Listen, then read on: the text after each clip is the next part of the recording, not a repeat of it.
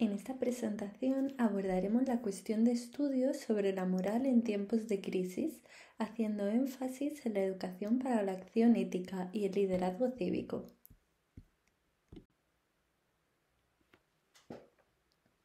Mi nombre es Soraya Oronoz, soy doctora en Humanidades, Lenguaje y Cultura, profesora e investigadora en la Universidad Rey Juan Carlos y estoy especializada en educación moral y en comités de ética asistencial. En primer lugar, partimos de esta frase, que no hay seguridad sin justicia ni justicia sin conciencia moral. Esta frase, inspirada en el pensamiento de Martha Nussbaum, nos invita a reflexionar sobre el vínculo profundo que existe entre la ética, la justicia y la estabilidad social. En un mundo cada vez más interconectado y vulnerable, la justicia no puede ser solo legal, debe ser también moral.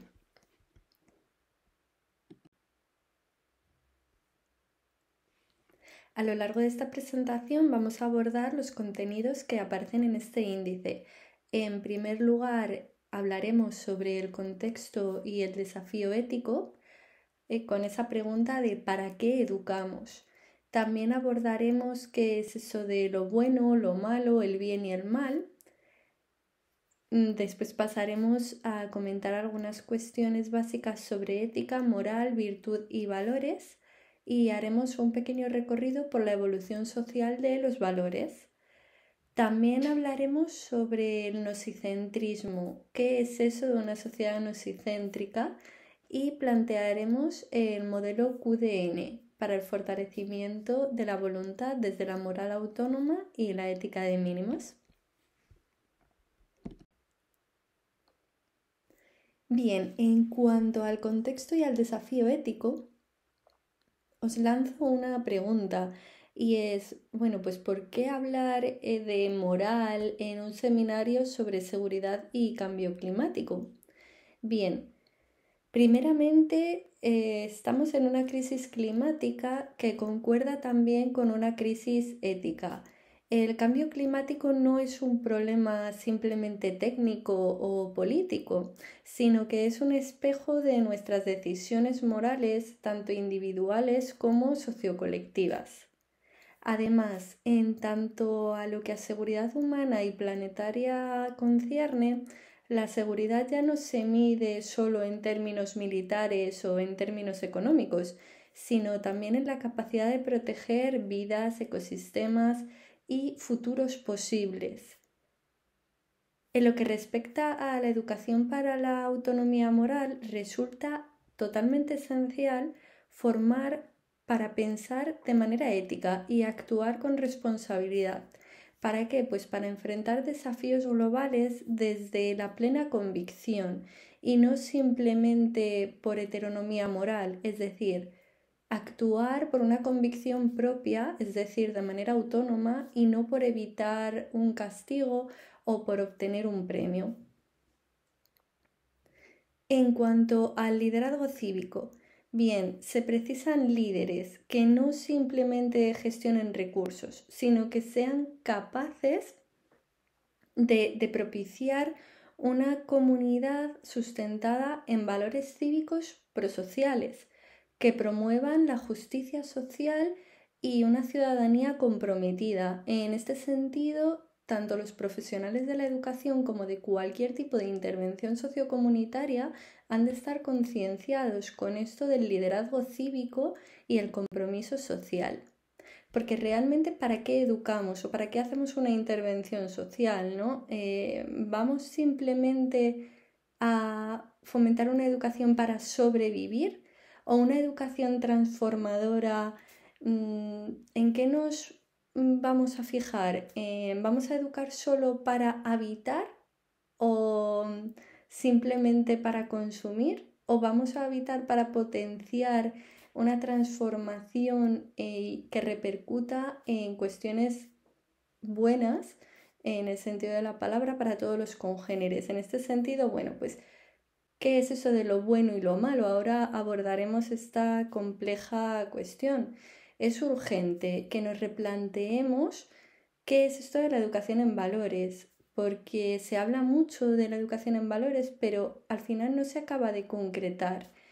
Y bien, aquí lo que vamos a potenciar es una educación en valores reales, con un enfoque pragmático y desde una adecuada concreción curricular, que garantice precisamente una igualdad de oportunidades formativas.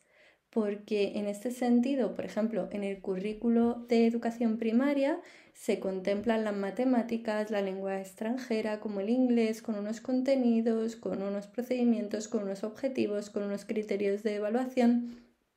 Es cierto que a día de hoy en España sí que hay una asignatura vinculada con los valores cívicos, pero es optativa. Entonces, bueno, ahí no estamos dando oportunidad de igualdad de oportunidades formativas, valga la redundancia. Y si nos vamos a otros niveles, pues la educación en valores aparece como algo transversal, pero no se concreta, con lo cual esto tiene un peligro que veremos más adelante. En la actualidad, bueno, pues en el contexto de España estamos ante una acuciante crisis de valores que dificulta la formación ético-cívica y que, bueno, pues va a repercutir en el proceso de toma de decisiones desde las edades más tempranas. A su vez, esto también va a afectar a la construcción identitaria tanto a nivel individual como sociocolectivo. Nos encontramos a muchos adolescentes, incluso jóvenes o adultos, que no tienen claros cuáles son sus principios morales y al final el que no sabe cuáles son sus valores siempre va a tener un precio. Es decir, si tú no conoces tus valores, no vas a partir de una base de no negociables. Es decir, que siempre te van a poder persuadir desde ciertos aspectos que no van a ir hacia el lado cívico. Entonces de ahí es lo que digo de el que no tiene valores acaba por tener precio. Y bueno, pues, ¿qué es esto de lo bueno, lo malo, el bien y el mal? Preguntas sencillas, ¿cierto? ¿Valores? ¿Bien? ¿Mal? Parece algo sencillo. Cuando comencé mi línea de investigación sobre educación en valores, pues básicamente fue por esta cuestión que me encontré alumnos que iban a ser futuros profesores que me decían que todos sabemos lo que está bien y lo que está mal. Y lo decían muy convencidos. Entonces, aquí tenemos algunas imágenes que si las ponemos, pues dudo que haya alguien que dijera que cualquiera de estas cuestiones son buenas o que cualquiera de estas cuestiones están bien. Ahora bien, si ponemos esta, aparentemente no corresponde con algo malo, ¿no? Pero, ¿qué es lo que vemos detrás de estas imágenes? Bueno, pues hay otras connotaciones. Por ejemplo, esto de aquí tampoco creo yo que nadie dijera que está bien y en cambio, pues como veremos a continuación, se van a vincular con esto. En la anterior imagen veíamos, pues por ejemplo, cómo estaban capturando un delfín y en otra habíamos visto un delfín en un delfinario. Bien, pues al final esto no deja de ser parte de lo mismo, solo que presentado en diferentes formatos que nos hacen sentir que algo es bueno o que algo es malo. Veíamos a un niño en una mina de coltán. Si yo aquí os preguntara precisamente si es bueno que se contribuya a la explotación infantil o no, lo más probable, espero que dijerais que no es bueno. Pero en cambio, muchos de nosotros tenemos teléfonos móviles cuyas pantallas están hechas con coltán. Entonces ahí hay una cuestión que se llama disonancia cognitiva, que veremos un poquito más adelante, que se sustenta en por qué lo que hacemos, lo que decimos, lo que pensamos e incluso lo que sentimos no guarda una coherencia. Ahora bien, el desconocimiento no justifica ciertas acciones que no tienen un componente moral sólido. Entonces, ¿qué es esto de lo bueno y lo malo? Pues lo bueno y lo malo no son más que verdades particulares sesgadas por la realidad individual o sociocolectiva. Es decir, esto de la verdad tiene un gran contenido subjetivo. Podemos decir que bueno y malo son categorías éticas que se orientan a decisiones y juicios.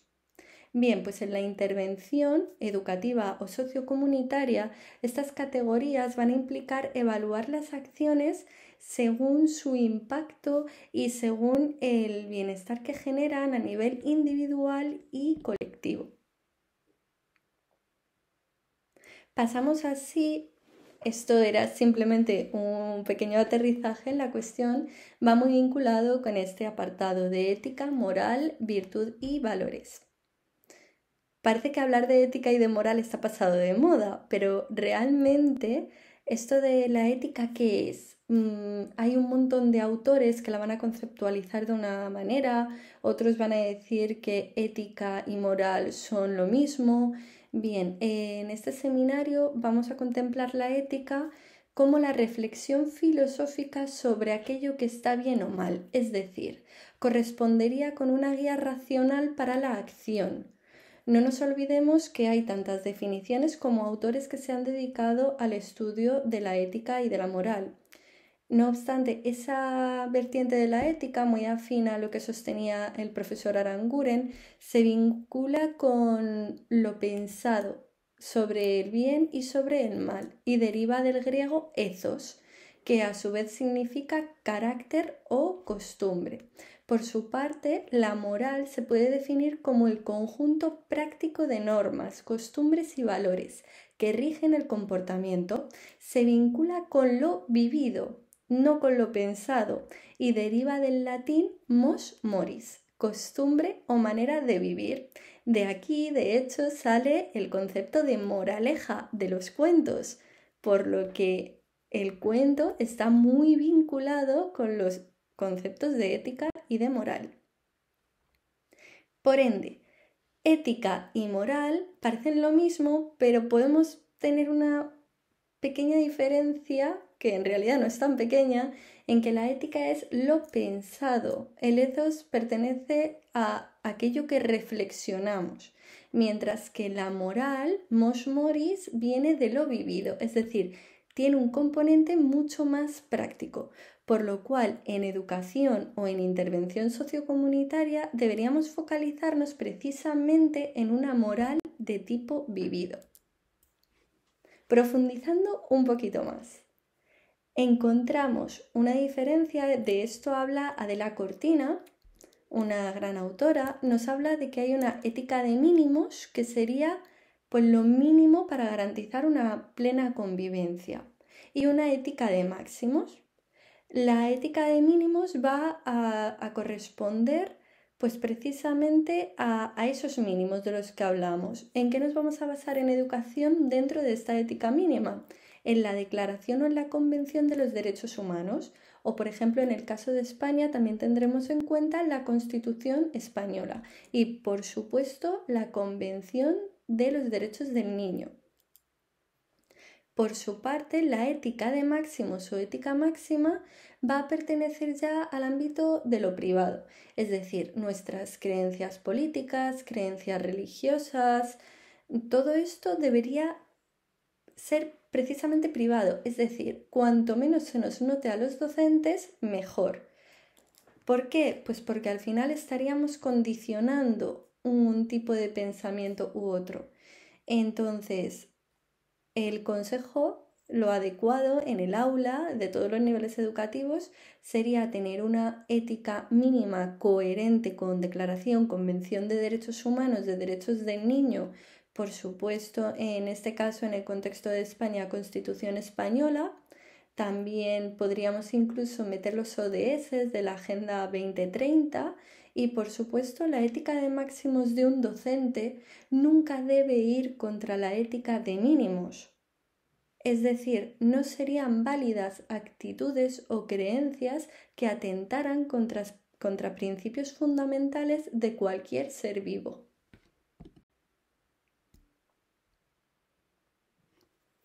También es importante que tengamos en cuenta la diferencia entre autonomía moral y heteronomía moral, que antes las hemos mencionado de una manera muy escueta.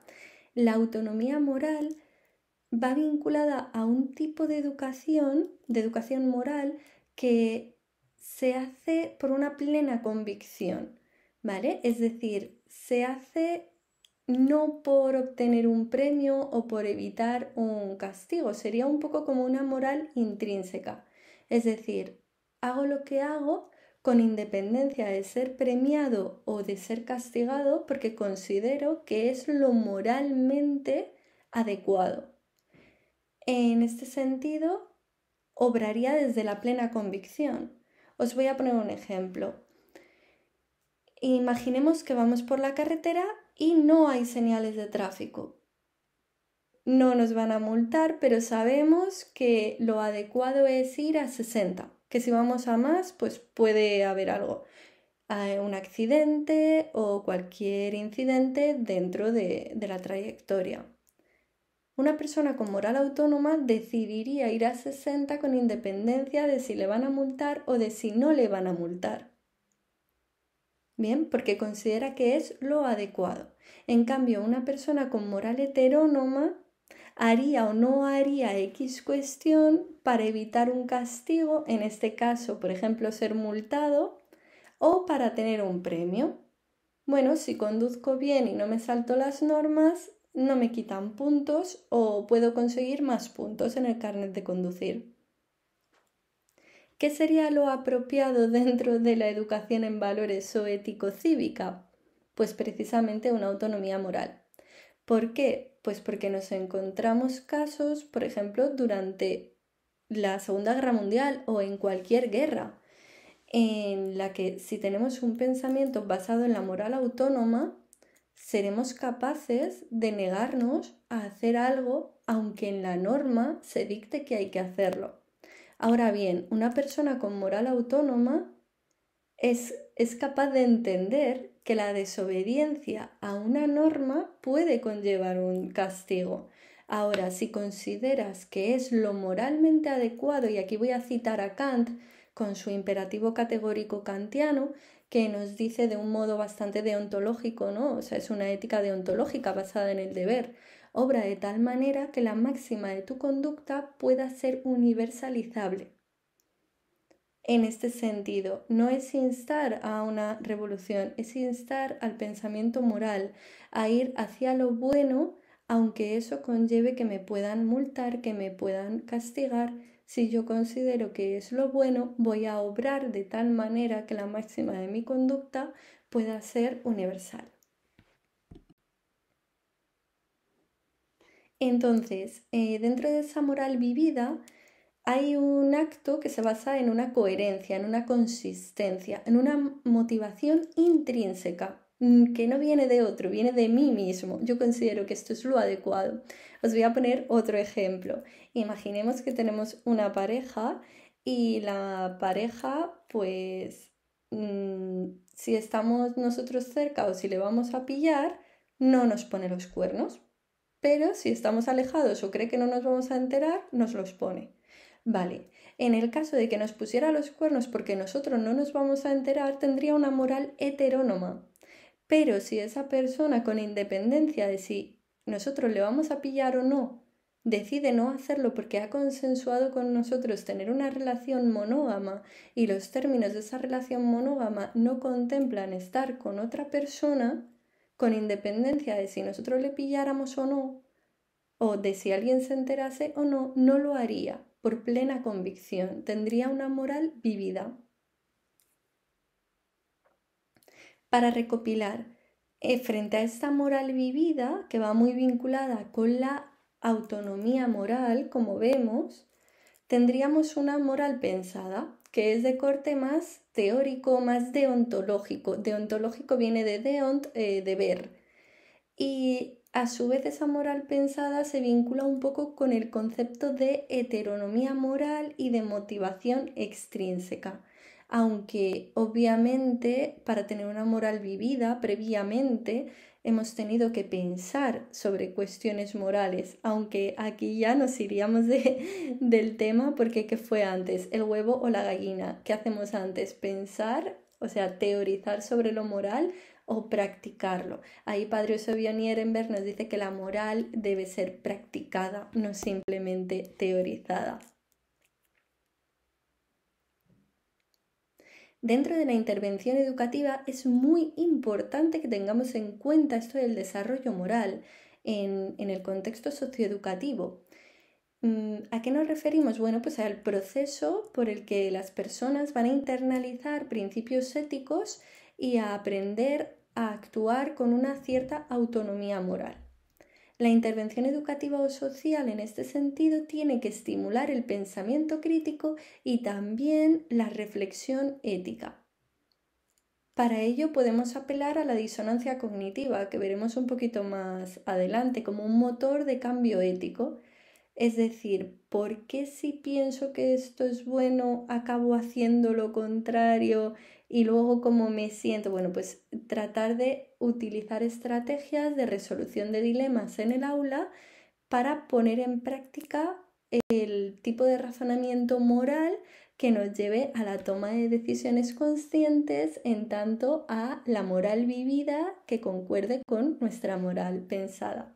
Aquí os he puesto simplemente de recordatorio la teoría de la disonancia cognitiva de Festinger, que, bueno, pues este autor nos viene a decir que la disonancia surge cuando hay un conflicto. Lo podemos llamar un conflicto entre valores y acciones o entre ideas, creencias, emociones y acciones. En contextos sociales, precisamente la disonancia cognitiva puede generar un replanteamiento de creencias y promover el crecimiento moral. Os invito a investigar más sobre estas cuestiones. Se aplica mucho en el ámbito educativo y también se aplica mucho en el marketing, en ventas, está a la orden del día. Aquí os presento algunos factores que son condicionantes dentro del desarrollo moral en los individuos. Por supuesto, la educación. ¿Qué tipo de experiencias hemos tenido? ¿Qué etiquetas o prejuicios tenemos? La apertura. ¿Hay una violencia apertural? Ahora iremos a esto. La violencia apertural nos referimos a ella como la violencia del entorno. O sea, por ejemplo, en entornos no democráticos hay un sistema de violencia opresivo. No te permite ser tú en tu originalidad porque tienes que actuar de manera puramente deontológica, pero no un deber real, sino un deber basado en lo que otro dice, un deber deontológico y heterónomo. También puede ser que haya una falta de concordancia entre escuela y familia, que va a suscitar algunas cuestiones que no van a facilitar el desarrollo moral de manera adecuada. Y también la perspectiva egocéntrica o alocéntrica. Egocéntrica sería una educación basada en el yo. Recordemos que el individuo hasta una determinada edad tiene un pensamiento egocéntrico, que no es lo mismo que egoísta. ¿Vale? Egocentrismo es simplemente que el individuo se piensa el centro del mundo, pero es una característica propia del pensamiento infantil, por ejemplo, y en la adolescencia también ocurre.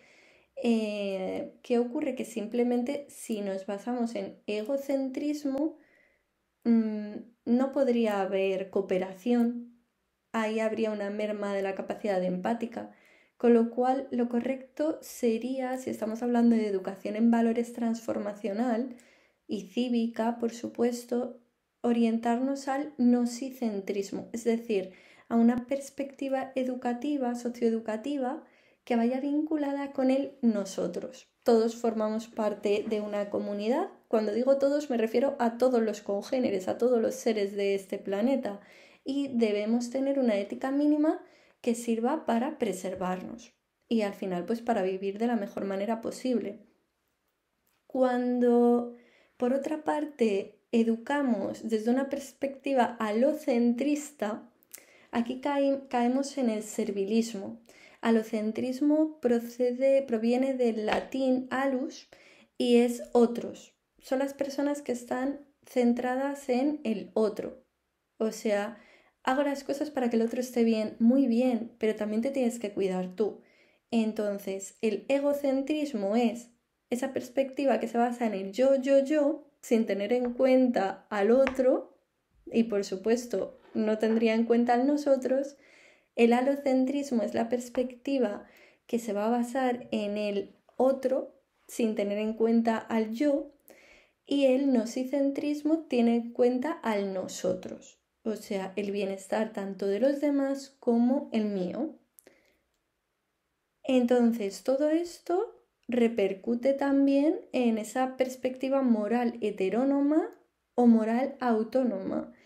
Lo adecuado dentro de una educación ético-cívica que promueva la transformación social desde los valores éticos sería tener una moral autónoma basada en una ética de mínimos que sea respetuosa para con todos los congéneres desde una perspectiva nosicéntrica. Ahora bien, ¿qué es esto de los valores? Podríamos tirarnos años debatiendo sobre esto, pero básicamente los autores que nos dedicamos a estas cuestiones acabamos por decir que son pautas que determinan las reglas o normas de conducta de una determinada sociedad. Hablamos de valores prosociales cuando se van a vincular con lo que consideramos un buen hábito, una virtud, versus un vicio. Es decir, un valor prosocial se correspondería con una virtud, mientras que un valor no prosocial no tendría, valga la redundancia, un valor adaptativo para la sociedad en la que el individuo se integra. Se vincula mucho con el concepto de virtud, y es que la educación en valores también se suele asociar con la educación del carácter aristotélica. Y en este sentido, Aristóteles, ¿qué nos venía a decir? Que había que hacer un entrenamiento de la voluntad para llegar a la eudaimonía, es decir, a la vida buena, que no a la buena vida. La eudaimonía es precisamente la vida en la que se desenvuelve el individuo con virtud, con alegría, y podríamos conectarlo también con el concepto de ataraxia en la filosofía, que significa imperturbabilidad de espíritu, y con el de arete, que significa precisamente virtud. En este sentido, Aristóteles nos decía que la rutina podía ser un medio para consolidar los hábitos que nos van a llevar a la virtud práctica. Ya sabéis que en las primeras edades y realmente en todas las etapas educativas, al hábito se llega a través de las rutinas. Y cuando ya has integrado el hábito, pasa a ser parte de tu carácter y podría conformar tus virtudes o tus vicios. Éticas. Hay diferentes corrientes o perspectivas éticas. Aquí solo vamos a abordar, por cuestión de tiempo, las perspectivas éticas occidentales, y encontramos éticas teleológicas, que serían por las que promovía Aristóteles, orientadas al telos, que significa fin. De aquí que se dijera que hay que tratar al ser humano como un fin en sí mismo y no como un medio. También una cuestión importante dentro de la educación ético-cívica o en valores. Después nos encontramos las éticas deontológicas, de las que ya hemos hablado.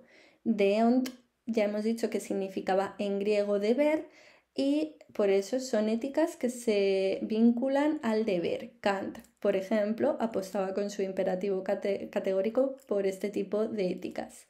También contamos con las éticas axiológicas, como, había algunos autores como Scheler que las defendían, y en cierto modo la educación en valores en España se basa un poco en esto, desde una perspectiva curricular que lo que pretende es el cumplimiento de una lista de valores.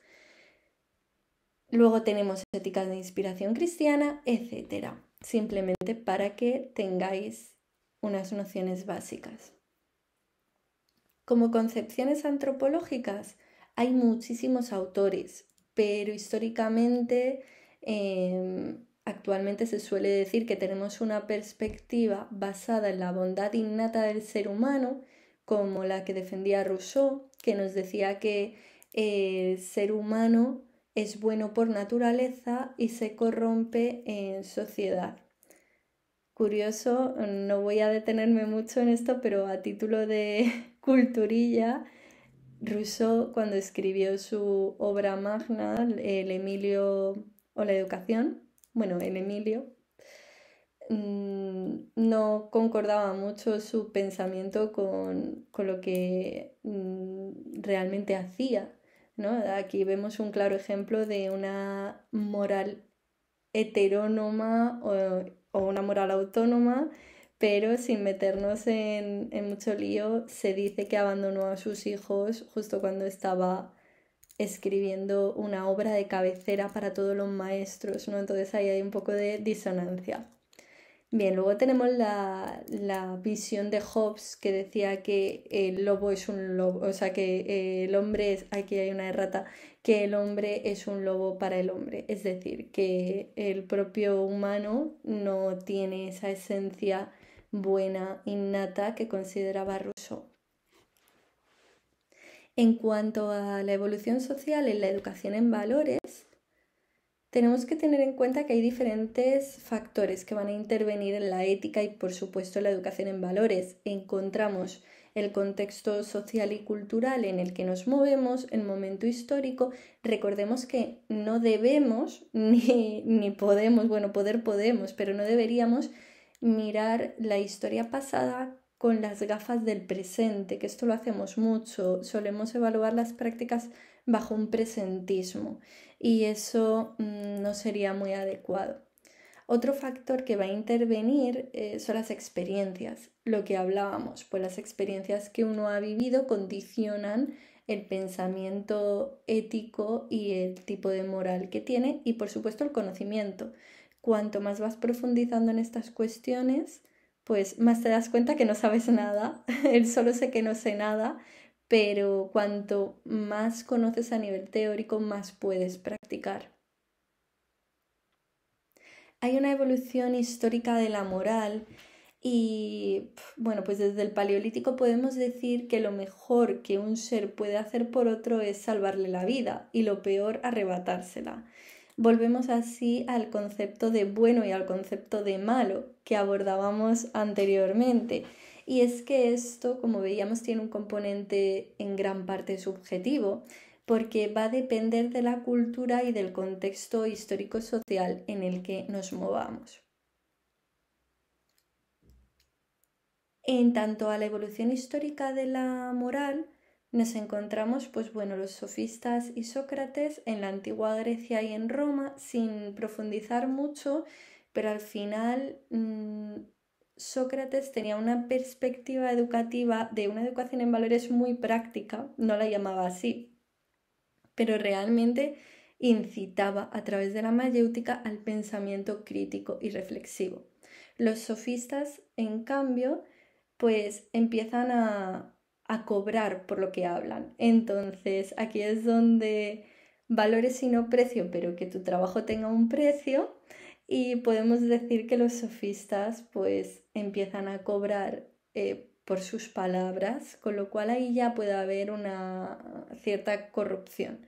Aquí os lanzo un poco ¿acaso los profesores? La pregunta de ¿acaso los profesores no cobramos por lo que hacemos?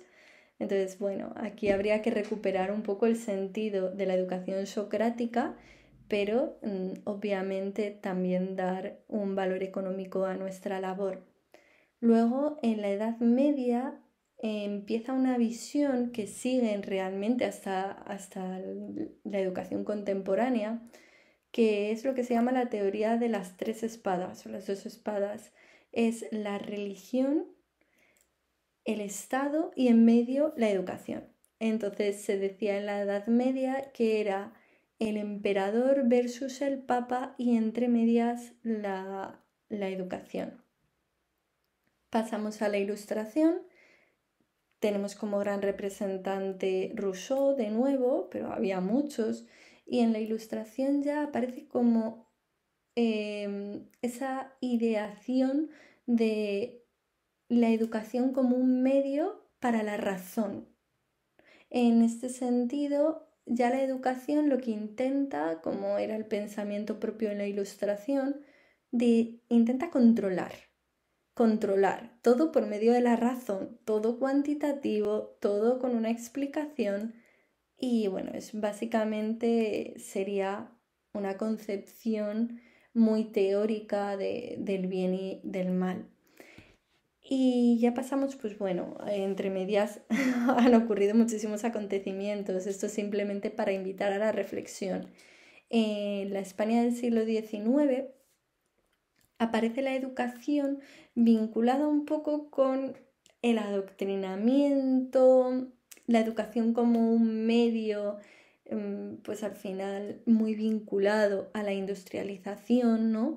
A enseñar para que el individuo produzca.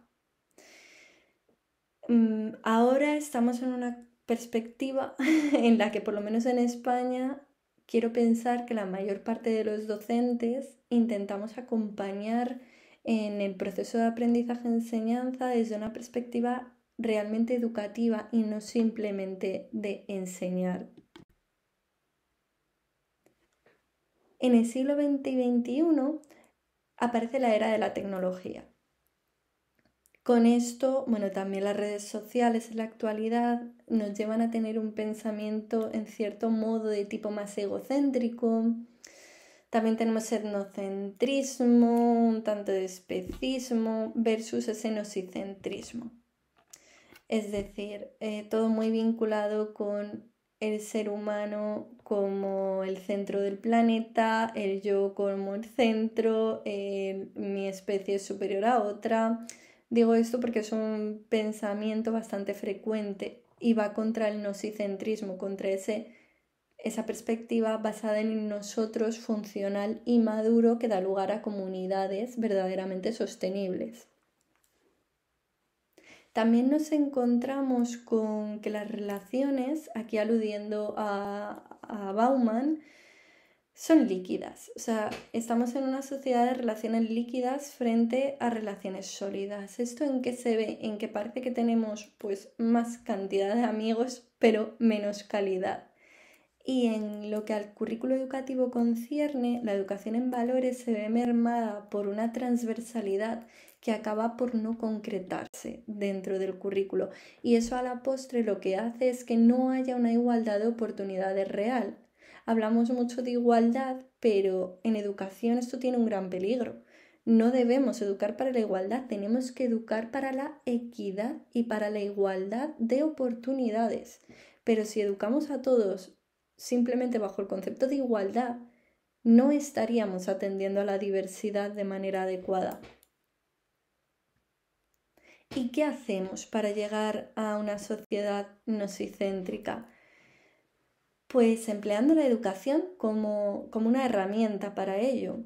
La Constitución española en el artículo 27 indica que la educación tendrá por objeto el pleno desarrollo de la personalidad humana en el respeto a los principios democráticos de convivencia y a los derechos y libertades fundamentales. Este es un buen punto de partida.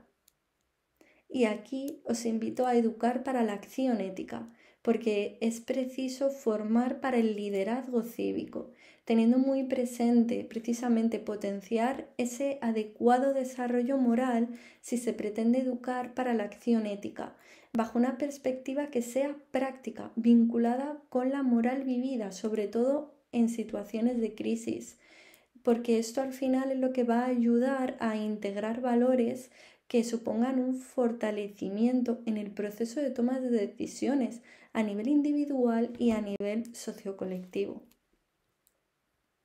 Pasamos así a hablar, a grosso modo, sobre en qué nos basamos para educar en valores. Bien, pues como hemos dicho, mínimo declaración y convención universal de los derechos humanos.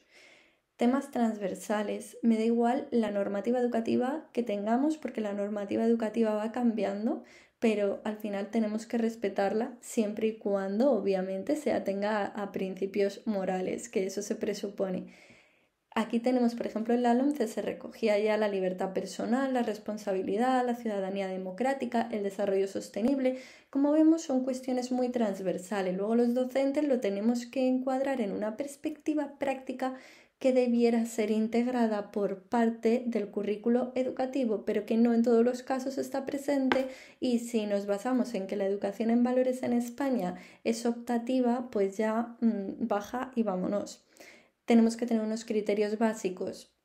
Por desgracia, todavía no los tenemos. El currículo pues sigue siendo muy transversal. No nos olvidemos de esa perspectiva basada en la ética de mínimos y de tener una ética de máximos que no contradiga la ética de mínimos.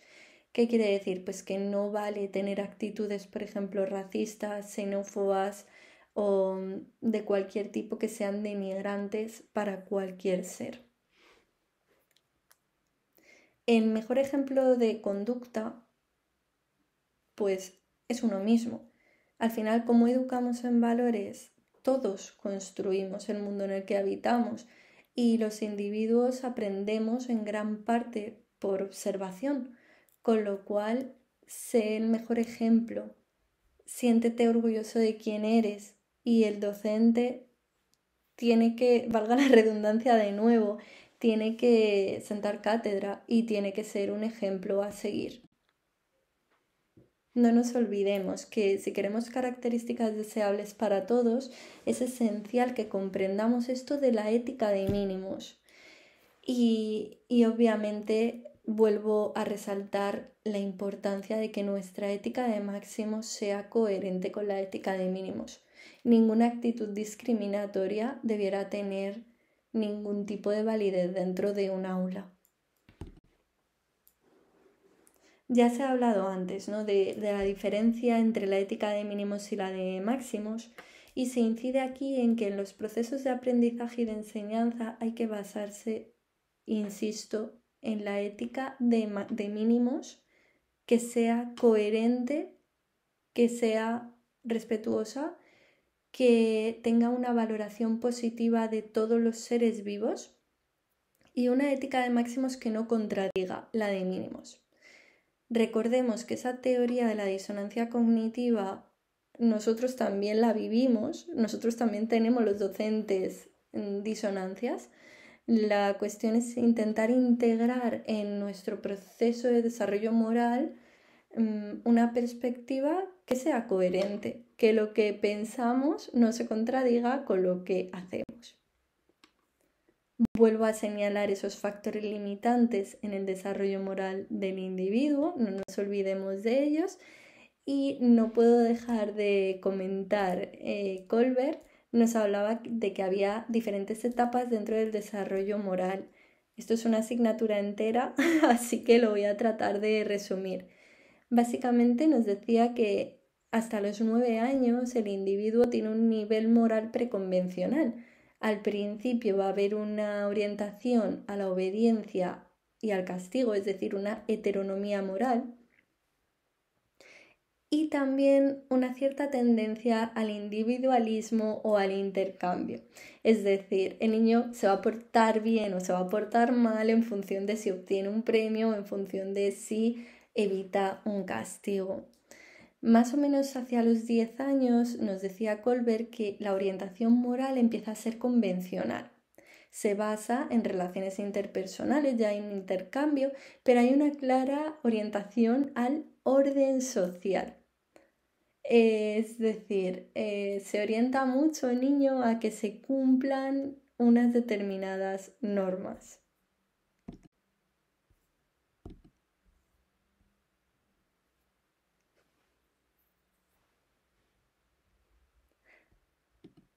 Y en la moral posconvencional, ahí ya sí que habría lo deseable, que sería la orientación a principios éticos o morales universales. Eso sería ya lo deseable, pero no todo el mundo llega aquí, por desgracia. ¿Cómo adquirimos los valores? Bueno, pues la educación del carácter ya hemos visto que hacía énfasis en ese cultivo de la voluntad para entrenar rutinas que nos lleven a hábito. El hábito surge cuando ya la rutina se ha integrado. A su vez, dentro de un aula o dentro de cualquier tipo de intervención socioeducativa, tenemos que tener en cuenta la importancia de las normas y de los límites. Las normas y los límites han de ser coherentes, puestos de una manera afectuosa y efectiva, con amor. Y sobre todo eso, que haya una coherencia. El niño, la niña, bueno, y el individuo en cualquier etapa de su desarrollo evolutivo necesita conocer cuáles son las normas y cuáles son los límites. Y es bueno que el individuo conozca los límites. Eso sí, os recomiendo poner pocos límites de manera adecuada y en el momento preciso. Y siempre focalizándonos en la autonomía moral, no en la heteronomía moral.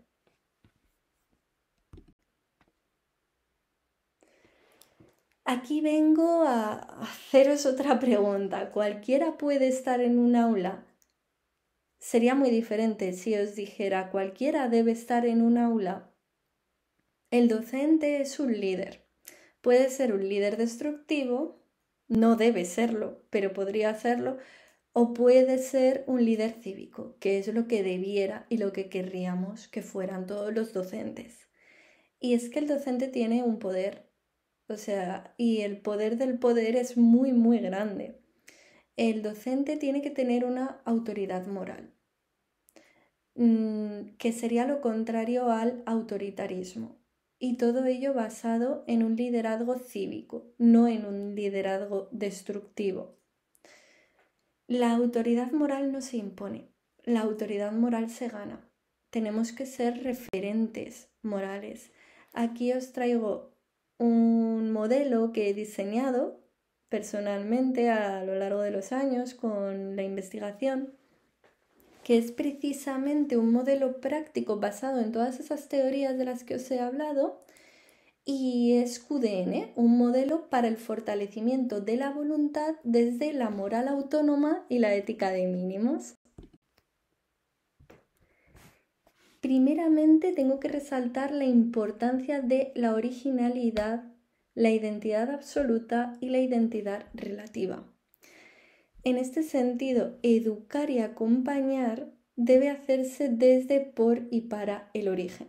Es decir, haciendo sentir al educando que es maravilloso que exista, valorando positivamente a cada uno de ellos, desde una educación con una perspectiva sensible y nosicéntrica.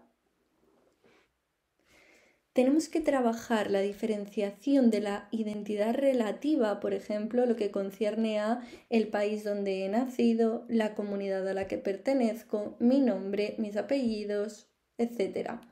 De la identidad absoluta. La identidad absoluta corresponde al yo original. El yo sin el, o sea, el ser sin el deber ser. O sea, lo que tú eres. Y esto va a llevar a fortalecer el yo original, comprendiendo así que cada ser es único, interdependiente y que forma parte de ese nosotros. Es decir, esto sería una educación basada en esa perspectiva nosicéntrica de la que hemos hablado con anterioridad. El yo original en ciertas ocasiones se pierde porque no nos dejan ser, nos educan para ser lo que debemos y no para ser lo que somos. Y esto sería totalmente un atentado contra la educación basada en la originalidad. En la originalidad, o sea, origen, no de original de algo innovador, sino original de eres original porque eres inédito. ¿Bien? Vista esa parte un poquito más teórica, ¿cómo podemos hacer para fortalecer esa moral vivida de la que hemos estado hablando con una perspectiva nosicéntrica desde la autonomía moral y la ética de mínimos?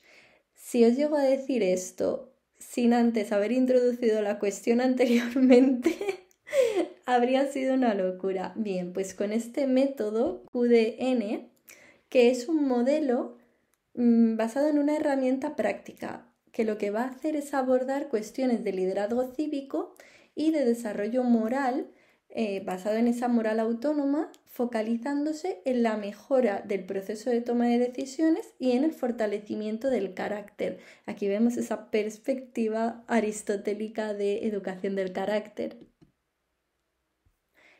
¿Y cómo lo podemos hacer en el aula? Bueno, pues en todas las edades es posible. Esto lo he hecho desde niños y niñas que estaban en educación infantil hasta estudiantes del máster universitario en formación del profesorado, entre otras titulaciones.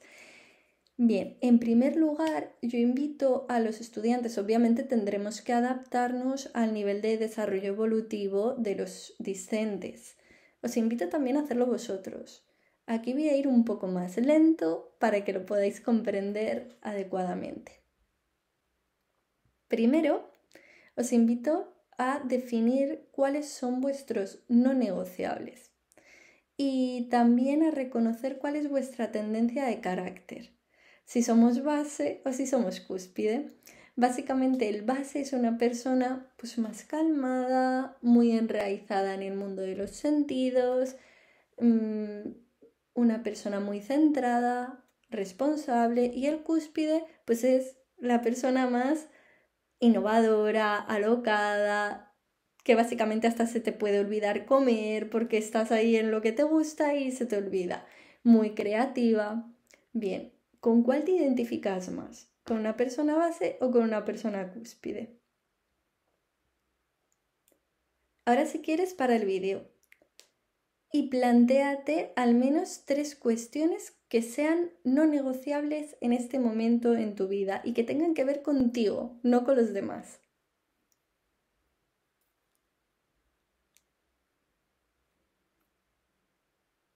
También te invito a pensar y a identificar qué es lo que quieres, qué es lo que debes, qué es lo que necesitas y qué es lo que puedes. Esto es aplicable a cualquier cuestión. Por ejemplo,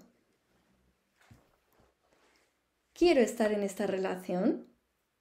¿Puedo estar en esta relación? ¿Necesito estar en esta relación? ¿Debo estar en esta relación? Es aplicable a todos los ámbitos de la vida.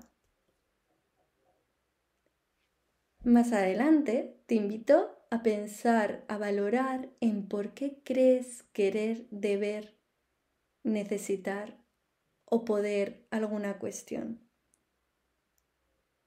¿Acaso se vincula con alguna herida de infancia? Vamos a pensar en ello. Bien, cuando valoramos por qué quiero, debo, necesito o puedo, o por qué creo querer, deber, necesitar o poder algo, entonces vamos a tener la capacidad para pasar al merezco. ¿Qué merezco? Pero ¿qué merezco basándome en un autoconcepto y en una autoestima que sean ajustados? Un merezco sensible. De esta manera, volviendo al ejemplo anterior, podemos preguntarnos, ¿quiero estar en esta relación? ¿Puedo estar en esta relación? ¿Necesito estar en esta relación? ¿Debo estar en esta relación? Pasamos a lo siguiente, que era, ¿por qué creo necesitar estar en esta relación? ¿O por qué creo deber estar en esta relación? Y entonces es cuando llega el merezco estar en esta relación. Imaginemos que estamos en una relación de maltrato. ¿Puedo querer estar en esa relación? ¿Debo estar en una relación de maltrato? No. ¿Necesito estar en una relación de maltrato? A lo mejor creo necesitarlo, porque he vivido en una familia con una tendencia, pues, en la que había un vínculo de apego desestructurado y entonces creo necesitar eso. ¿Pero merezco estar en una relación de maltrato? No, nadie merece estar en una relación de maltrato.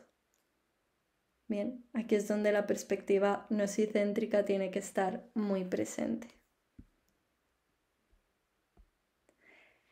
Entonces, Bueno, pues este modelo QDN se va a centrar en el descubrimiento de la propia tendencia de carácter, de la formulación de los no negociables y del reconocimiento de lo que se quiere, de lo que se debe, de lo que se necesita, de lo que se puede y de lo que se cree querer, deber, necesitar y poder. Todo ello con el objetivo de lograr un merezco, pero ese merezco desde un autoconcepto y una autoestima que sean ajustados. Y por supuesto, mediante una educación sensible, tal como propone el profesor Martínez Domínguez.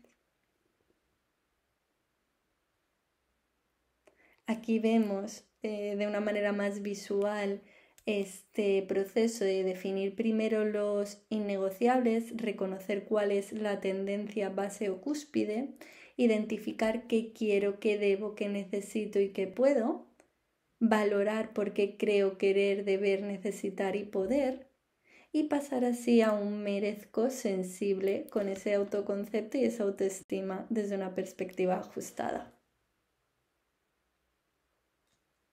En conclusión, la ética es algo teórico, a lo que se debe prestar atención, sin duda, dentro del proceso de educación, dentro del proceso educativo, es a la moral vivida bajo una autonomía moral y en consonancia con la ética de mínimo respetuosa con el nosotros.